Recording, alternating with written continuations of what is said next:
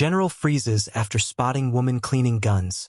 Her tattoo was his lost unit's insignia. Wait a second, tell us where you're watching from in the comments, and don't forget to subscribe for more powerful stories like this.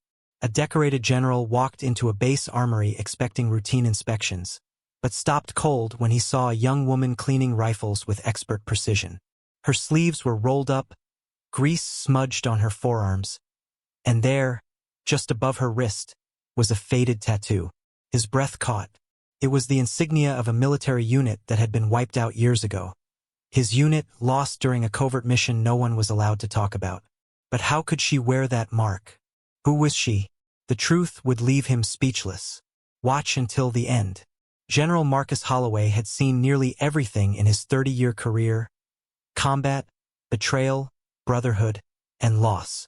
He was now stationed at Fort Claymore, conducting morale visits and equipment inspections as part of his transition into retirement. He walked into the armory expecting nothing unusual, just another check-in. Soldiers stood at attention. Everything was in place. But then his eyes caught someone at the back. A young black woman hunched over a disassembled sniper rifle, moving with swift, practiced hands. She wasn't a face he recognized from official records. Her demeanor was quiet, almost invisible until he saw the ink. A worn tattoo shaped like a phoenix surrounded by flames, precisely like the one only members of the Echo unit had worn. A unit thought to be annihilated in a Black Ops mission nearly 20 years ago. The Echo unit had no survivors except him. So who was this woman, and why did she bear their mark? General Holloway approached slowly, his boots echoing off the concrete floor. The woman didn't flinch. She kept working, her fingers gliding over the weapon like it was an extension of her body. "Soldier," he said. She glanced up, nodded, and went right back to cleaning. But Holloway couldn't look away from the tattoo. It was too exact. The Echo unit's phoenix, burned wings, jagged tail, and the coordinates etched beneath in miniature numbers. He'd helped design it. Only 7 men ever wore it, and 6 of them died in the jungle that day. "How do you have that ink?" he asked, voice tight. The woman finally paused, looked him dead in the eyes. "It was my father's." Silence. She continued, "Corporal Dion Briggs. He didn't die in the mission. He made it out. Hid for years. PTSD. Burned bridges. But he made it home to me. He passed last spring." Holloway staggered back like he'd been hit. Dion Briggs, his best friend, presumed Kia, had survived and lived in silence all this time? The woman nodded toward the rifle. "He taught me everything. One day someone from Echo would find me, they said. Said you'd understand."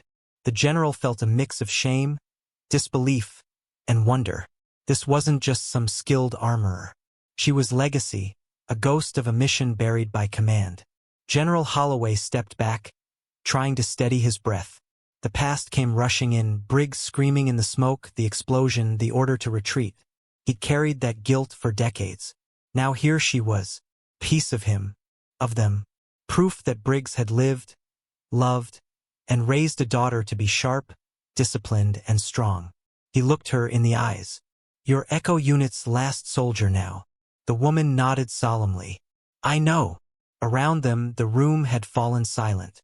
Holloway turned to the officers nearby. "Get her transferred. Effective immediately. She's coming to work with me." The past had found its voice again through her. Her name was Staff Sergeant Amaya Briggs, and she became the youngest weapons specialist ever to serve under a 4-star general. But more than that, she carried Echo's story forward. Holloway often brought her to speaking engagements where they never told the whole tale, only enough to hint at survival, brotherhood, and resilience. Behind every war story is a family. Behind every scar is a silence waiting to be broken. How many forgotten soldiers left behind legacies we'll never know. That day in the armory didn't just reunite past and present. It passed on a torch.